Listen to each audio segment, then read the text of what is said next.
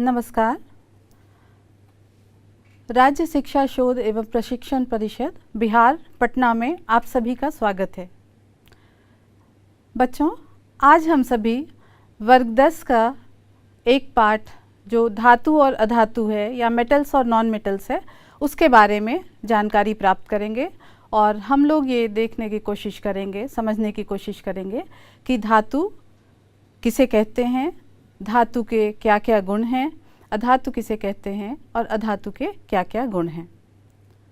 सबसे पहले हम लोग शुरुआत करते हैं हमारी आवर्त सारणी से। बच्चों, आप सभी ने आवर्त सारणी तो देखी होगी। हमारी आवर्त सारणी में अभी कुल मिलाकर 118 तत्व हैं। उन तत्वों में कुछ को हम लोग धातु कहते हैं और कुछ तत्वों को हम लोग अधातु कहते हैं। लेकिन वो कौन सा गुण है जो तत्वों को धातु और अधातु में बांटता है? तो हम लोग ये समझने की कोशिश करें कि गुण जो होते हैं तत्वों के, वो भौतिक गुण भी होते हैं और वो रासायनिक गुण भी होते हैं। तो हम लोग थोड़ा समझने की कोशिश करें कि धातु और अधातु में गुणों के आधार पर किस तरह से हम लोग विभाजन कर सकते हैं। भौतिक गुणों के आधार पर अगर हम लोग देखें तो अपने आसपास हम लोग नज़र दौड़ाते हैं तो हमें बहुत सारी चीज़ें दिखती हैं, जिनमें कुछ ठोस होती हैं, कुछ द्रव होती हैं और कुछ गैसें होती हैं। लेकिन जो ठोस होती हैं उनमें अधिकतर हम लोग देखते हैं कि वो चीज़ें हम लोग कह रहे हैं धातु हैं। धातुओं में बहुत ज़्यादा धारण करने की क्षमता होती है, धातु बहुत कठोर होते हैं, धातुओं में चमक होती है और धातुओं में आवाज़ उत्पन्न करने की क्षमता होती है। ये सारे गुण हम लोग अपने आसपास में देखते हैं। और वहीं अधातुएं जो होती हैं, अधातुएं मुख्यतः द्रवीय अवस्था में रहती हैं या अधातुएं गैसीय अवस्था में रहती हैं। वो पारदर्शी भी होती हैं, कुछ अधातुओं के रंग भी होते हैं। तो आवर्त सारणी अगर हम लोग देखें तो हम लोग ये कह सकते हैं, समझ सकते हैं कि उन आवर्त सारणी में जो 18 वर्ग हमारे निर्धारित किए गए हैं और 7 आवर्त निर्धारित किए हैं, उनमें जो हम ग्रुप कहते हैं या वर्ग कहते हैं, उन ग्रुप में 1, 2 और 3 ये मुख्य रूप से धातुओं के लिए हैं। वर्ग 1, 2, 3 में जो तत्व हैं उनको मुख्य रूप से हम लोग धातु कहते हैं, ये धातुओं के लिए हैं। और आवर्त सारणी में बीच वाले ग्रुप को अगर हम लोग छोड़ दें और हम लोग बिल्कुल दाहिनी तरफ के ग्रुप की तरफ बढ़ें तो हमारे पास जो ग्रुप मिलते हैं, दाहिनी तरफ के जो ग्रुप हैं, उन ग्रुप में हम लोग देखते हैं 13, 14, 15, 16, 17 और एक 18वां ग्रुप जो है ये इनर्ट गैसेस का ग्रुप है। इन सभी को हम लोग मिला दें तो ये सारे ग्रुप में जो तत्व हैं इनमें मुख्यतः अधातु हमें मिलते हैं। ठीक है, तो एक आवर्त सारणी को हम लोग देखें तो इस तरह से एक सामान्य सी जानकारी हम लोग ले सकते हैं कि हमारे पास धातुओं का ग्रुप कौन सा है और अधातुओं का ग्रुप कौन सा है। अभी हम लोग आते हैं कि धातुओं को क्यों हम लोग ग्रुप 1, 2, 3 में रखे हैं और अधातुओं को क्यों हम लोगों ने 13, 14, 15, 16, 17, 18 में रखा है। ठीक है, धातु की बात अगर हम लोग कर रहे हैं तो हमें उनके इलेक्ट्रॉनिक विन्यास की तरफ भी देखना होगा। बच्चों, मैं यहाँ पर आप लोगों से पूछना चाहूँगी कि आपने इलेक्ट्रॉनिक विन्यास के बारे में पढ़ा होगा। कक्षा 9 में हम लोगों ने इलेक्ट्रॉनिक विन्यास के बारे में पढ़ा है। ठीक है, ये इलेक्ट्रॉनिक विन्यास इलेक्ट्रॉनों का एक अरेंजमेंट है ना। ये इलेक्ट्रॉनिक विन्यास जो हम लोग कहते हैं ये इलेक्ट्रॉन्स का अरेंजमेंट है।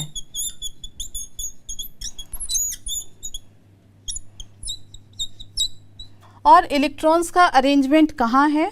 तो इलेक्ट्रॉन्स का अरेंजमेंट हमारा जो परमाणु है या एटम है, एटम में अलग अलग जो शेल्स होते हैं, इन शेल्स में इलेक्ट्रॉन्स का अरेंजमेंट होता है।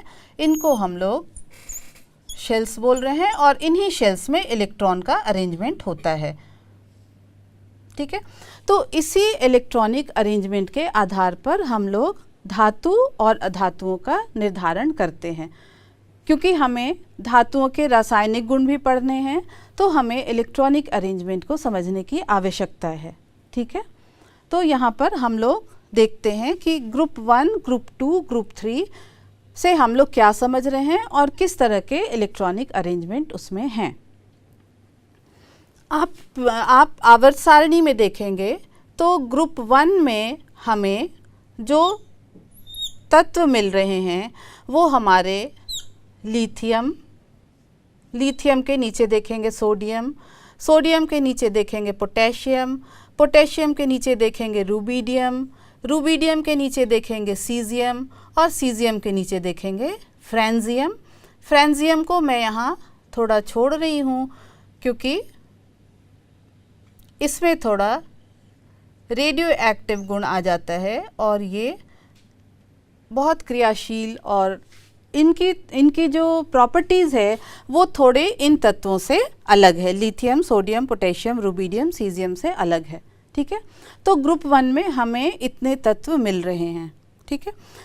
अगर हम परमाणु संख्या की बात करें तो लिथियम की परमाणु संख्या 3 है, सोडियम की परमाणु संख्या 11 है, पोटेशियम की परमाणु संख्या 19 है, रुबिडियम और सीजियम की परमाणु संख्या इसके आगे हम लोग निकाल सकते हैं।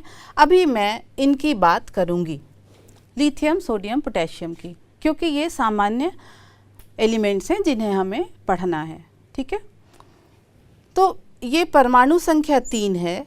इस परमाणु संख्या 3 को हम लोग कैसे अरेंज करें, इसमें जो इलेक्ट्रॉन हैं, इलेक्ट्रॉन भी 3 हैं, तो ये 3 इलेक्ट्रॉन हमारे कैसे अरेंज होंगे इन शेल में। तो ये 3 इलेक्ट्रॉन जो अरेंज होते हैं, पहले शेल में 2 और दूसरे शेल में 1, ये 3 इलेक्ट्रॉन का अरेंजमेंट है जिसे हम लोग 2 और 1 कहते हैं। ये हमारा इलेक्ट्रॉनिक कॉन्फ़िगरेशन हो गया। इलेक्ट्रॉनिक कॉन्फ़िगरेशन ये हमारा लिथियम का हो गया, 2 और 1। ठीक है। इसी तरह से अगर सोडियम की बात करें तो सोडियम में इलेक्ट्रॉन्स का अरेंजमेंट आप देखेंगे तो पहली कक्षा में 2, दूसरी कक्षा में 8 इलेक्ट्रॉन्स हो जाते हैं, 8 इलेक्ट्रॉन्स हो जाते हैं और तीसरी कक्षा में 1 ही इलेक्ट्रॉन रहता है। तो इसका परमाणु विन्यास, इसका इलेक्ट्रॉनिक विन्यास 2, 8 और 1 हो गया। ठीक है। ये 1 इलेक्ट्रॉन बाहर वाले शेल में हमें मिल रहे हैं। इसी तरह से पोटेशियम का अगर हम लोग इलेक्ट्रॉनिक विन्यास देखेंगे तो ये एटॉमिक नंबर इसका 19 है, तो ये हो जाएगा 2, 8, 8 और 1। ठीक है। तो हम ये देख रहे हैं कि ग्रुप 1 में जितने भी हमारे एलिमेंट्स हैं, जितने भी तत्व हैं, उनके इलेक्ट्रॉनिक संख्या में, उनके इलेक्ट्रॉनिक कॉन्फ़िगरेशन में जो इलेक्ट्रॉन्स का नंबर है, बाहरी कक्षा में सारे इलेक्ट्रॉन्स वहाँ पर 1 आ रहे हैं। ठीक है। इसी तरह से हम लोग ग्रुप 2 में आते हैं। ग्रुप 2 में बेरिलियम, उसके नीचे आप देखेंगे मैग्नीशियम, उसके नीचे आप देखेंगे कैल्शियम, उसके नीचे आप देखेंगे बेरियम, उसके नीचे आप देखेंगे स्ट्रोंशियम। ठीक है। इसके नीचे भी होंगे, लेकिन सामान्य जो तत्व हमें पढ़ने हैं कैल्शियम, बेरियम, स्ट्रोंशियम, ये हमें जानना है। जब आप इलेक्ट्रॉनिक विन्यास की बात करेंगे, बेरिलियम का एटॉमिक नंबर 4, मैग्नीशियम का एटॉमिक नंबर 12, कैल्शियम का एटॉमिक नंबर 20, बेरियम और स्ट्रोंशियम का एटॉमिक नंबर आप देख लें, आप निकाल लें। आपको निकालना आना चाहिए कि बेरियम और स्ट्रोंशियम का एटॉमिक नंबर हम लोग कैसे निकालेंगे। मैं कैल्शियम तक ले रही हूँ। ठीक है। ये आप कोशिश करेंगे बेरियम और स्ट्रोंशियम का एटॉमिक नंबर हम कैसे निकालेंगे। 18 जोड़ेंगे, इसमें आपको बेरियम का मिल जाएगा, फिर 18 जोड़ेंगे आपको स्ट्रोंशियम का एटॉमिक नंबर मिल जाएगा। ठीक है। अब कॉन्फ़िगरेशन हम लोग देखें ग्रुप 2 का। जैसे मैंने ग्रुप 1 का लिखा था, तो इलेक्ट्रॉनिक अरेंजमेंट अगर हम लोग ग्रुप 2 का देखेंगे तो बेरिलियम के लिए हम लोगों का इलेक्ट्रॉनिक अरेंजमेंट मिल रहा है 2n2। मैग्नीशियम का इलेक्ट्रॉनिक अरेंजमेंट आपको मिलेगा 2,8n2। कैल्शियम का इलेक्ट्रॉनिक अरेंजमेंट मिलेगा 2,8,8 और 2। बाहर वाली कक्षा में ग्रुप 2 में हमें 2 इलेक्ट्रॉन मिल रहे हैं। इसी तरह से आप बेरियम का लिखेंगे, इसी तरह से आप स्ट्रोंशियम का लिखेंगे, आपको बाहर वाली कक्षा में 2 इलेक्ट्रॉन्स मिलेंगे।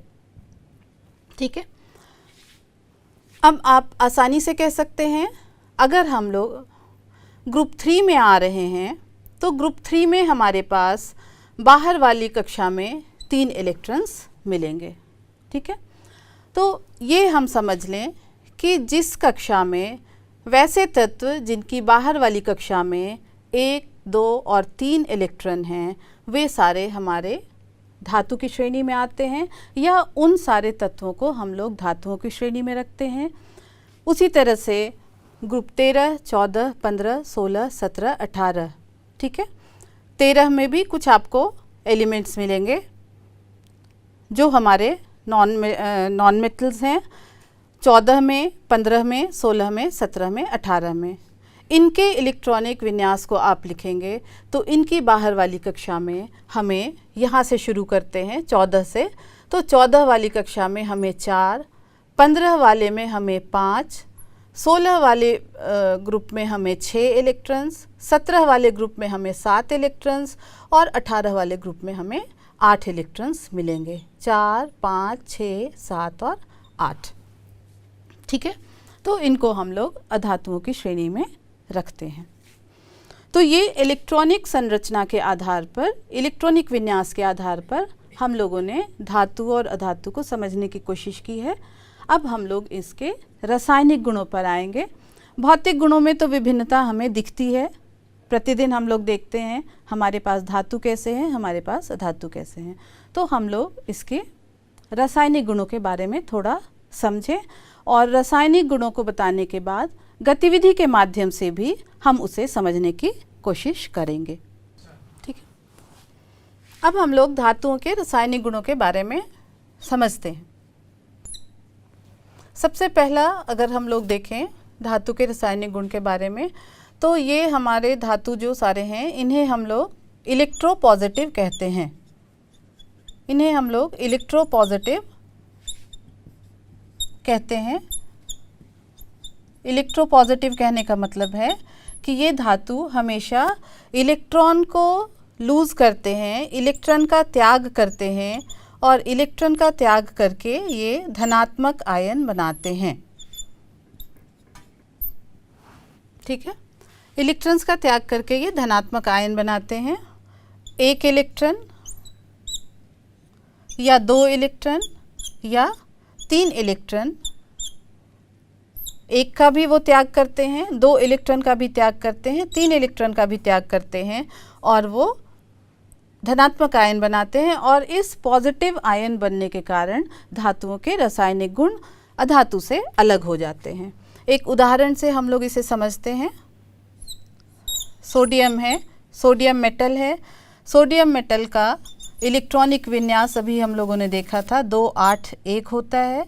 ये सोडियम मेटल अपने बाहर वाले इलेक्ट्रॉन को, 1 इलेक्ट्रॉन को लूज़ करेगा, उसका त्याग करेगा और ये सोडियम एक पॉजिटिव चार्ज इस पर आएगा, एक धनात्मक आयन आएगा क्योंकि ये 1 इलेक्ट्रॉन का लूज़ कर रहा है और यहाँ पर हम लोग उस इलेक्ट्रॉन को ऐसे लिखते हैं। तो ये पॉजिटिव आयन बन रहा है मेटल्स का, इसे हम लोग इलेक्ट्रोपॉजिटिव आयन कहते हैं।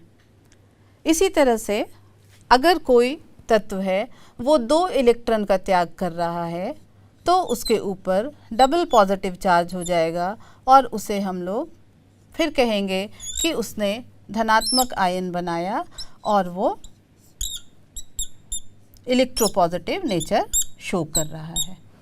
तो पहली प्रॉपर्टी ये है और इसके कारण धातु बहुत सारी प्रतिक्रियाएं दिखाते हैं जिसमें अभी हम लोग आगे पढ़ेंगे। इनका एसिड के साथ रिएक्शन, इनका डिस्प्लेसमेंट रिएक्शन, वाटर के साथ रिएक्शन, ये सारी प्रतिक्रियाएं हम लोग पढ़ेंगे।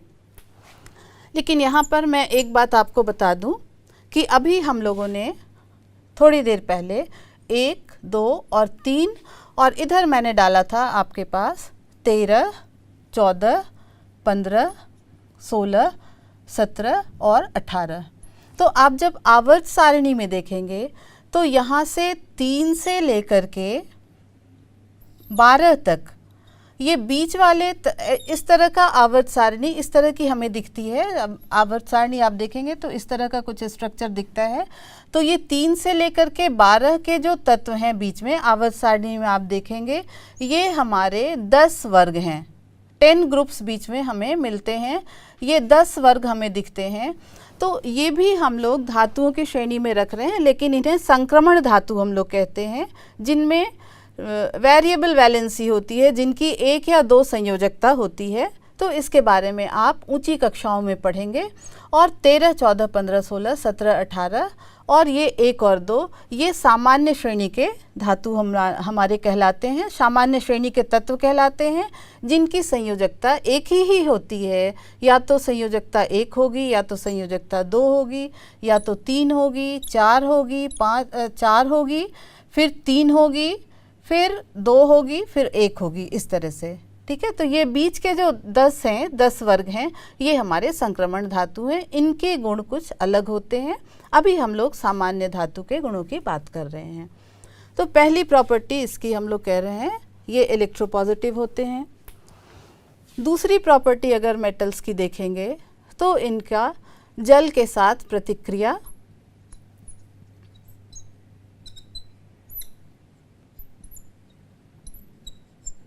जल के साथ प्रतिक्रिया। और जब धातु जल के साथ प्रतिक्रिया करते हैं तो ये 2 तरह के कंपाउंड बनाते हैं। पहला ये तो ऑक्साइड बनाएंगे, या यहाँ पर ये हाइड्रोक्साइड बनाएंगे। 2 तरह के कंपाउंड हमें मिलते हैं। तो हमें ये समझना है कि ऑक्साइड कैसे बनते हैं और हाइड्रोक्साइड कैसे बनते हैं। तो इसे समझने के लिए हमें धातुओं की क्रियाशील श्रेणी को भी समझना है। उसके बारे में मैं अभी बताऊंगी आपको। तीसरा गुण जो धातु शो करता है, तीसरा गुण जो है वो है अम्लों के साथ प्रतिक्रिया।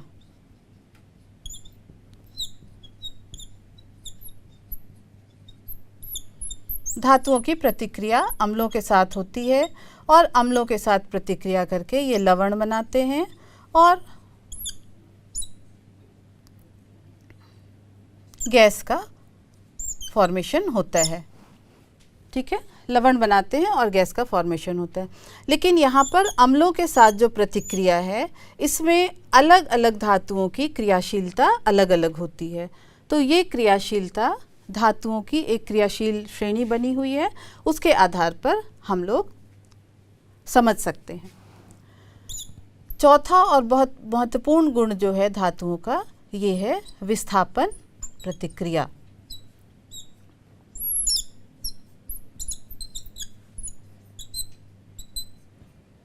ठीक है, विस्थापन प्रतिक्रिया वैसी प्रतिक्रिया है जिसमें धातु और लवण के घोल, किसी भी लवण का घोल है, उसमें ये धातु अगर हम लोग डालें तो ये धातु लवण के घोल में से जो हमारे दूसरे धातु जो उपस्थित हैं उनको विस्थापित करता है।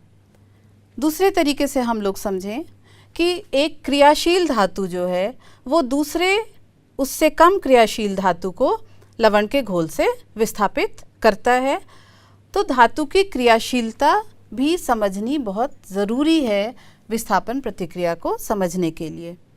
तो मुख्यतः ये 3-4 गुण हैं और एक और गुण इसमें आ जाते हैं ऑक्सीजन के साथ। धातुओं की प्रतिक्रिया ऑक्सीजन के साथ भी होती है। ठीक है, कुछ धातु ऑक्सीजन के साथ प्रतिक्रिया करते हैं, ऑक्साइड बनाते हैं। कुछ धातु जो हैं ऑक्सीजन के साथ नहीं प्रतिक्रिया करते हैं। तो यहाँ पर बहुत सारे हमें गुण दिखते हैं, बहुत सारे बातें दिखती हैं कि कुछ धातु हैं उनका रिएक्शन हो रहा है, कुछ धातु ऑक्सीजन से रिएक्शन कर रही हैं, कुछ धातु जल से प्रतिक्रिया हो रही है, कुछ धातु अम्लों के साथ प्रतिक्रिया कर रही है और कुछ धातु विस्थापन प्रतिक्रिया में जा रही है। तो ऐसा क्यों है? तो इसे हम लोग धातु की क्रियाशील श्रेणी को समझने की कोशिश करते हैं। मैं आपको जल्दी से एक यहाँ पर मेटल्स की एक सीरीज़ है जिसे हम लोग याद रख सकते हैं। मैं यहाँ लिख रही हूँ कुछ सामान्य धातुएं जो हैं, जो हमें दिखती हैं, ये क्रियाशीलता श्रेणी में आती हैं और इनकी क्रियाशीलता हम लोग देखें तो इस तरह से बढ़ती है। ये क्रियाशील होती हैं और ये जो नीचे हमें मिल रही हैं ये कम क्रियाशील होंगी।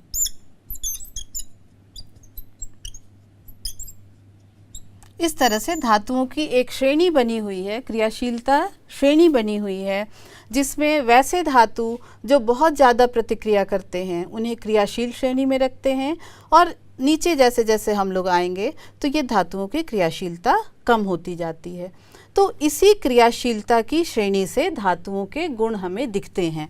कुछ धातु ऑक्सीजन से प्रतिक्रिया करते हैं, कुछ धातु ऑक्सीजन से प्रतिक्रिया नहीं करते हैं, कुछ धातु अम्लों के साथ प्रतिक्रिया करते हैं, कुछ धातुओं की प्रतिक्रिया अम्लों से नहीं होती है। उसी तरह से जल के साथ प्रतिक्रिया होती है, कुछ धातुओं की जल के साथ प्रतिक्रिया नहीं होती है।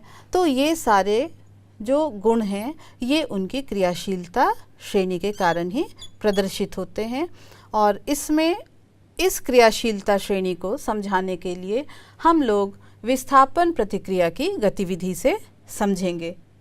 विस्थापन प्रतिक्रिया की गतिविधि से हम लोग धातुओं की क्रियाशीलता को समझेंगे। जो गतिविधि हम अभी आपको दिखाने जा रहे हैं, आप हमारे साथ करेंगे, उसे मैं थोड़ा सा आपको बताती हूँ कि विस्थापन प्रतिक्रिया में जो हम देख रहे हैं, इसके नीचे कॉपर आएगा। विस्थापन प्रतिक्रिया में हम जो देख रहे हैं, हमारी क्रियाशील धातु जो है, ये क्रियाशील धातु जो है ये कम क्रियाशील धातु के लवण के घोल से, ध्यान दीजिएगा, ये क्रियाशील धातु जो है ये कम क्रियाशील धातु के लवण के घोल से प्रतिक्रिया करके इस कम क्रियाशील धातु को विस्थापित करती है। ठीक है, क्रियाशील धातु हमारे पास आयरन है। अगर इस लोहे को हम लोग कम क्रियाशील धातु कॉपर और कॉपर के लवण का घोल, कॉपर सल्फेट लवण का घोल है, इसे हम लोग AQ जिसे हम लोग एक्वस कहते हैं, अगर हम इसमें डालेंगे तो थोड़ी देर बाद, प्रतिक्रिया के बाद हम लोग देखेंगे कि ये कॉपर इसमें से विस्थापित हो गया है और यहाँ पर आयरन का सल्फेट बन रहा है और ये कॉपर की धातु जो है ये विस्थापित हो गई है। तो ये विस्थापन की प्रतिक्रिया हम लोग समझ सकते हैं। फिर से मैं आपको बताती हूँ, जो क्रियाशील धातु है उस क्रियाशील धातु को हम लोग कम क्रियाशील धातु के लवण के घोल में डालेंगे तो ये क्रियाशील धातु कम क्रियाशील धातु को उसके लवण के घोल से विस्थापित कर देगी और ये कम क्रियाशील धातु अलग हो जाएगी। तो ये धातुओं का एक बहुत महत्वपूर्ण गुण है और इस गुण का व्यावहारिक उपयोग हम लोग करते हैं। मैं बताती हूँ व्यावहारिक उपयोग हम लोग कहाँ करते हैं। जंग से बचने के लिए हम लोग लोहे के ऊपर जिंक की कोटिंग करते हैं, तो वो हमें जंग से बचाता है, जिसे हम लोग गैल्वेनाइजेशन कहते हैं। ठीक है, साइकिल के हैंडल को जंग से बचाने के लिए हम लोग उसके ऊपर कोटिंग करते हैं, उसे हम लोग एनोडाइजिंग कहते हैं। तो ये सारी व्यावहारिक प्रतिक्रियाएं हैं जिनका हम लोग उपयोग करते हैं और उनके सेंटर में जो रिएक्शन है वो हमारा ये विस्थापन प्रतिक्रिया है और ये धातुओं का एक बहुत महत्वपूर्ण गुण है और धातुओं की एक बहुत महत्वपूर्ण प्रतिक्रिया भी है। इसी विस्थापन में हम लोग एक दो गतिविधि मैं आपको अभी दिखाऊंगी। एक हम ये सिंपल, इसे हम लोग सिंगल डिस्प्लेसमेंट कह रहे हैं, और इसी विस्थापन प्रतिक्रिया में एक और विस्थापन प्रतिक्रिया होती है जिसे हम लोग डबल डिस्प्लेसमेंट कहते हैं। और डबल डिस्प्लेसमेंट रिएक्शन जो है इसे हम लोग प्रेसिपिटेशन भी कहते हैं। ठीक है, इसे हम लोग प्रेसिपिटेशन रिएक्शन भी कहते हैं। तो इन दोनों गतिविधियों को मैं आपको दिखाऊंगी, जिससे हम लोग धातु के बहुत महत्वपूर्ण गुण को समझेंगे और इसके व्यावहारिक उपयोग के बारे में भी जानेंगे। तो आइए हम लोग अभी विस्थापन प्रतिक्रिया को गतिविधि के माध्यम से करके देखते हैं।